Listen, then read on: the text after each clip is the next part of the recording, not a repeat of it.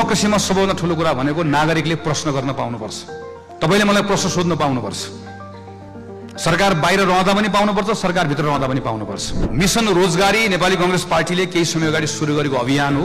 यो अभियानमा हामी लोकल गभर्नमेन्टलाई जोड्छौं, प्रोभिन्सियल गभर्नमेन्टलाई जोड्छौं र नेपालको यो 5 वर्षको सेन्टरमा सबैभन्दा महत्त्वपूर्ण कुरा संविधानमा लेखिएको छ रोजगारी मौलिक हक हो भनेर।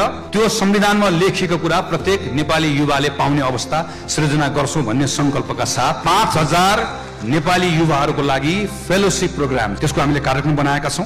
वैदेशिक रोजगारीको सन्दर्भमा हामी एकदम प्रष्ट छौं। हामी अझै केही वर्ष हाम्रो साथीहरू विदेशमा रोजगार जानुपर्ने अवस्थाबाट हामी कहीँ कतै चर्को नारा लगाएर मात्र मुक्त गर्न सक्दैनौं। तर यो क्षेत्रमा व्यापक सुधारको आवश्यकता छ।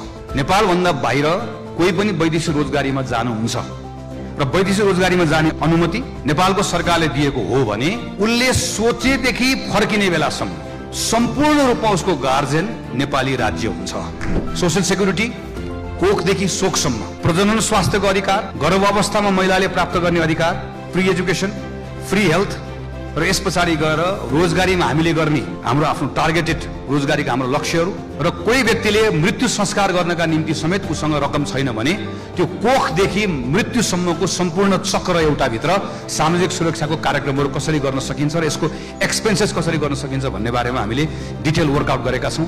नेपालको क्लाइमेट चेन्ज सबभन्दा महत्त्वपूर्ण हामीले ध्यान दिनुपर्ने विषयहरू मध्ये हो। यसलाई हाम्रो डेभलपमेन्टको इन्टिग्रल पार्ट बनाउनु पर्छ र नेपालले अहिले पछिल्लो समयमा green climate fund, loss and damage fund, यसै गरिकन वर्ल्ड ब्याङ्क एडीबीले जुन छुट्याएको क्लाइमेट फाइनेन्सिङ छ यसबाट जुन फाइदा लिनुपर्ने हो त्यो फाइदा लिन नसकेको सन्दर्भमा हाम्रो कुन कुन कानुनले अवरोध सृजना गरेको छ ती कानुनहरूको सन्दर्भमा हामीले आइडेन्टिफाई गरेका छौं।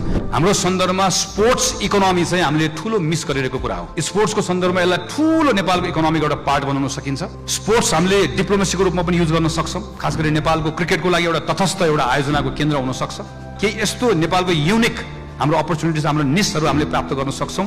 यो उच्च उचाइको प्रशिक्षणदेखि लिएर एडभेन्चर स्पोर्ट्सको नेपाल सेन्टर बनाउन सक्छौं। जनताको भान्सालाई कसरी सस्तो बनाउने, महँगीबाट राहत भएन भने आम्दानी बढ्यो तर खर्च चाहिँ जति पनि गर्नुपर्ने अवस्था आयो भने पनि यसबाट हाम्रो जीवनस्तर सुध्रिन्न। हाम्रो ब्याङ्कमा प्रयोग नभएर बसेको यति धेरै मौजदार छ। त्यो मौजदारको प्रयोग कहाँ लिएर गर्ने भने पब्लिक प्राइभेट पार्टनरशिपमा, ती ठाउँहरूमा इन्फ्रास्ट्रक्चरमा सरकारले लगानी गर्छ र त्यहाँ रियल स्टेट डेभलप गर्ने काम कसले गर्छ भन्दा प्राइभेट सेक्टरले गर्छ। तर शर्त के हुन्छ? अत्यन्तै लो कस्टमा नागरिकहरूले घर किन्न पाउनुपर्छ, अफोर्डेबल हाउसिङ पाउनुपर्छ।